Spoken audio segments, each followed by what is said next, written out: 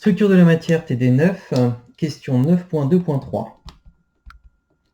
Cette fois, on fait une petite ouverture qu'on va appeler un entrefer au niveau du tore. Alors, donc cette fois, au lieu d'avoir un O, on va avoir un C. Hop, essaye de dessiner ça pas trop mal. Voilà.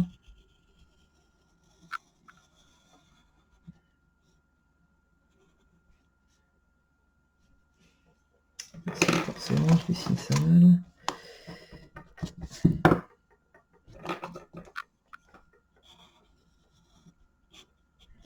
Voilà. D'accord, donc on a ouvert ici du vide. D'accord, donc ici il y a du vide. Ici il y a notre matériau avec nos spires. Hop.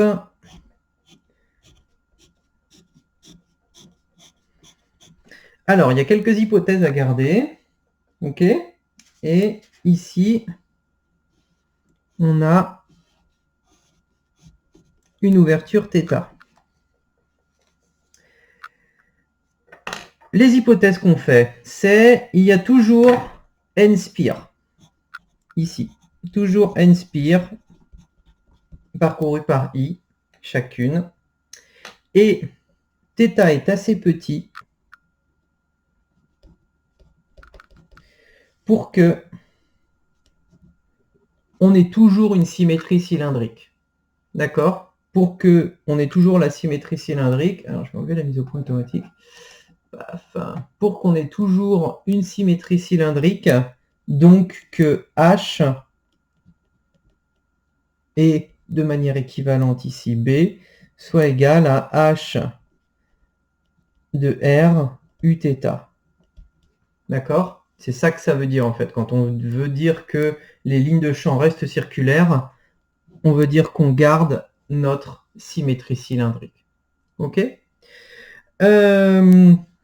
Donc ça veut dire aussi que B reste Bθ de R Uθ. Et on nous demande de répondre aux mêmes questions que 9.2.2, c'est-à-dire calculer B dans la région 1 avec R inférieur à B, 2 avec R compris entre B et A plus B, et R supérieur à A plus B. Alors, ça ne va rien changer si on néglige toujours tous les courants de fuite autour des spires, etc., etc. Si ici je prends un contour, j'aurai toujours pas de courant qui va interagir avec ce contour. Et si je prends un contour à l'extérieur, même chose, je n'aurai toujours pas de courant qui vont interagir avec ce contour. Donc, ça veut dire que pour 1 et 3, pas de changement. Pas de changement. On a toujours B1 et 3 qui est nul. Ce qui va changer, ça va être ce qui va se passer bien sûr à l'intérieur de l'entrefer. Puisque cette fois, hop, on va avoir dans notre matériau avec notre contour ici C2. Notre C2, il va passer par le matériau et par du vide. Ok? Donc ça veut dire que, hop, pour la zone R, qui est compris entre B plus A et B, on peut toujours écrire que la circulation de H sur C2, pardon, c'est égal à la somme des courants qui traversent cette surface. D'accord? Et ça, je peux le décomposer comme, alors comme c'est toujours comme H est toujours tangent à C2, il est toujours collinéaire à DL, donc le produit scalaire H DL, c'est H fois DL, tout simplement. Ok? Donc ça peut se décomposer comme la circulation de H à l'intérieur du matériau. D'accord? On va avoir ici, hop là, cette partie de la courbe là. Circulation de H dans le matériau. Hop, dans matériaux de H matériaux scalaire dl plus entrefer H dans l'entrefer H entrefer scalaire dl qui est égal à la somme des courants qui traversent les surfaces. Ok. Donc, ça va être la somme dans le matériau entre... ça va être... Alors, on va prendre plutôt dans l'entrefer, si on prend l'origine des angles ici, par exemple. Là, θ égale 0. Donc, dans l'entrefer, on va avoir l'intégrale entre 0 et θr pour dl. Et dans le matériau, ici c'est θ. On va avoir l'intégrale entre θr et 2πr. Donc dans le matériau, c'est l'intégrale pour dl qui vaut θr et 2πr de h dl plus l'intégrale entre 0 et θr de alors h matériau, h entrefer fois dl, et ça c'est égal à n fois i. Ok. Une fois qu'on a dit ça, on peut écrire ça comme étant...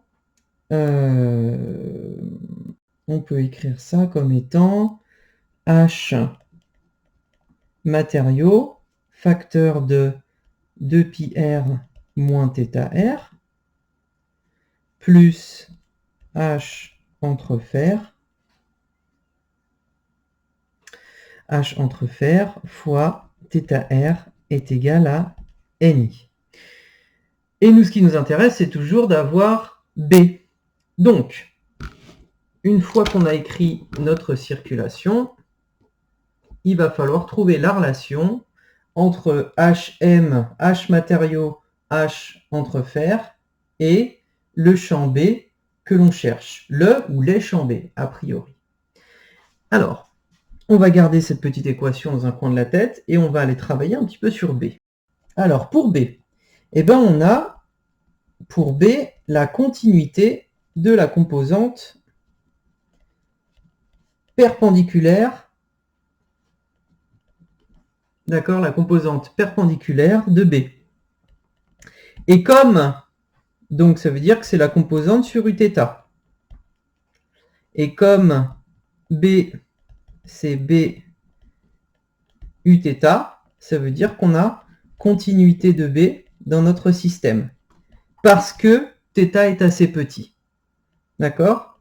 Donc ça veut dire quoi? Ça veut dire que B matériaux est égal à B entrefer. D'accord? Comme ici, le champ, il est tangent et donc il est perpendiculaire à l'élément de surface ici. Hop, tangent, et là il est perpendiculaire. Et bien le champ ici, dans l'entrefer, le champ à cette interface est le même dans le matériau que dans l'entrefer. D'accord? Continuité de la composante perpendiculaire, de la composante normale du champ B. Très bien. Alors, comme on a que B matériaux est égal à mu fois H matériaux et B entrefer être égal à mu0, puisque dans l'entrefer c'est du vide, mu0 fois H entrefer. Si on injecte ça dans notre relation, alors d'abord on peut ici écrire que mu hm est égal à mu0 H entrefer. Comme mu c'est mu0 fois mu r, ça veut dire que mu r H dans le matériau est égal à H dans l'entrefer.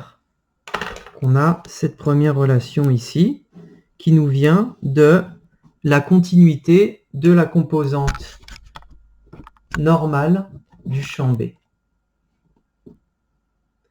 Ok, donc là on voit bien les deux équations. Eh bien, il n'y a plus qu'à. Il n'y a plus qu'à insérer ça à l'intérieur de notre équation à deux inconnus pour en avoir plus qu'une seule. Et après d'utiliser la relation qui relie l'une des deux entités avec le champ correspondant. Allons-y, on va choisir par exemple H entre fer. Donc, HM ici, c'est égal à H entre fer sur mu R. Donc ça nous donne que H entre fer sur mu R fois 2pi R moins θ R plus H entre fer, θ R est égal à N fois I. H entre fer, c'est égal à B sur mu 0, d'accord? Comme B matériaux égale B entre fer, eh ben on va l'appeler B, tout court. Donc ça veut dire que on va avoir donc H entre fer fois mu R, ça va être mu R fois B sur mu 0. Donc, je vais peut-être le remplacer après, sinon je vais faire des bêtises. Ouais. Allez, H entre fer, facteur de 2πr moins θr sur mu r, plus θr est égal à ni, ce qui veut dire que H entre fer est égal à... Alors, on a le R ici en facteur, donc Ni sur R, Ni sur petit r, fois mu R, hop, Ni mu R sur petit r, fois 1 sur... Alors, ça va être quoi? Ça va être... Alors, si je multiplie tout par mu R, je vais avoir un mu R θr ici. Donc, ça va être mu R θr plus 2pi, pardon, mu R θ, puisque j'ai divisé par R, plus 2pi moins θ. Voilà, donc ça, c'est H entre fer et on ne voit plus rien. Boum! H entre fer est égal à ça. Et donc, il n'y a plus qu'à passer en B en... Hop, comme on a H entre fer est égal à mu 0 fois B est égal à mu 0 fois H entre fer, ça veut dire que B est égal à mu 0 fois tout ça, est égal à mu 0 mu R, donc ça c'est mu, multiplié par Ni sur R, fois 1 sur mu R θ plus 2pi moins θ. Donc ça n'est valable que pour θ relativement faible. D'accord? Assez faible pour qu'on puisse toujours faire l'approximation que on a toujours H et B qui sont orientés selon Uθ et que la symétrie cylindrique du système n'est pas altérée.